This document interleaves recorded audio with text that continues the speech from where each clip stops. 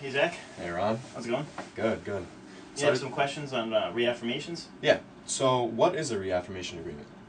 Well, when you file for a bankruptcy, let's suppose that you have an automobile loan that's outstanding. Right. You have a monthly obligation that you're aware of, and when you go into the bankruptcy, you want to keep this car. So when you file for the bankruptcy, there's a section of the petition where you check off a box and it says that I want to reaffirm this debt.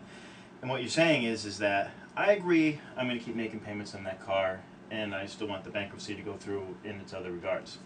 So by checking off that box, you're saying that I will make that monthly payment. You're saying this to the bank, and then the bank takes a piece of paper that you sign off on, and then that gets filed with the court. And in some instances, you actually go and you make an appearance to the court in front of the judge, and the judge says, "Well, sir, listen, you were negative in your petition. That's why you're getting a bankruptcy. How the heck can you afford this car?" And then you have to discuss, well, I know I'm a little negative, but I still wish to have the car. I need the car. I need the car for my job. And more often than not, the judge will grant it to you. If you're really, really negative, the judge might not grant it to you. So that's something that needs to take into consideration. These reaffirmation agreements, there was a change in the bankruptcy law in 2005, and there had to be some kind of happy medium between a lender who's made a loan to you, and here you are in the middle trying to discharge everything, yet you want to keep this loan, and everybody knows you need a car to keep your job. So Right. the reaffirmation agreement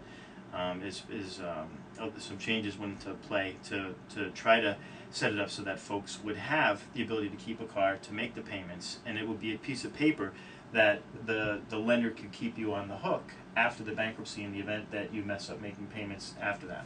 Right. Okay. So, can I keep my car or mortgage if I don't reaffirm my loan?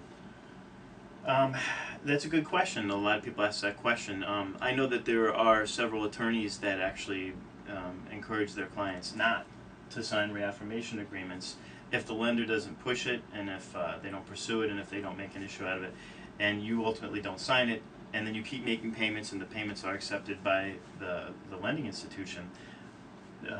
One can make the argument, no harm, no foul. I didn't reaffirm. I'm not technically I'm not on the hook, but I'm still going to make my payments. And then why would they want to repossess the vehicle if you're making payments on time? So some people have taken the position that well, I'm not going to do it because what are the odds of them repossessing a car when I'm current on my payments? Technically, the correct answer is that you're supposed to sign off on it and go along with it, because you're basically saying to the bankruptcy court, and you're saying to the lender, I need that car, I want that car, I'm willing to reaffirm the debt, I'm willing to be responsible for it after the bankruptcy, even though everything else was discharged. But the thing is if they don't enforce it, and if you don't sign it, you just continue making the car and they don't do anything, then there's no consequences to you. The lender, on the other hand, is put at risk, because down the road, let's say you miss a payment, say a year after the bankruptcy, and you owe payments, say, for 3 years. The lender's in an awkward position there, because you didn't reaffirm the debt with them, and you're essentially saying that you can't come after me for any deficiency. So if they were to repo a car, to repossess a car on you, then that's their remedy, but they couldn't hold you personally accountable for the payments. Okay. So what you're saying is that I don't have to reaffirm any of my debts at all? Creditors are asking me to, but I'd rather just discharge it all and start new.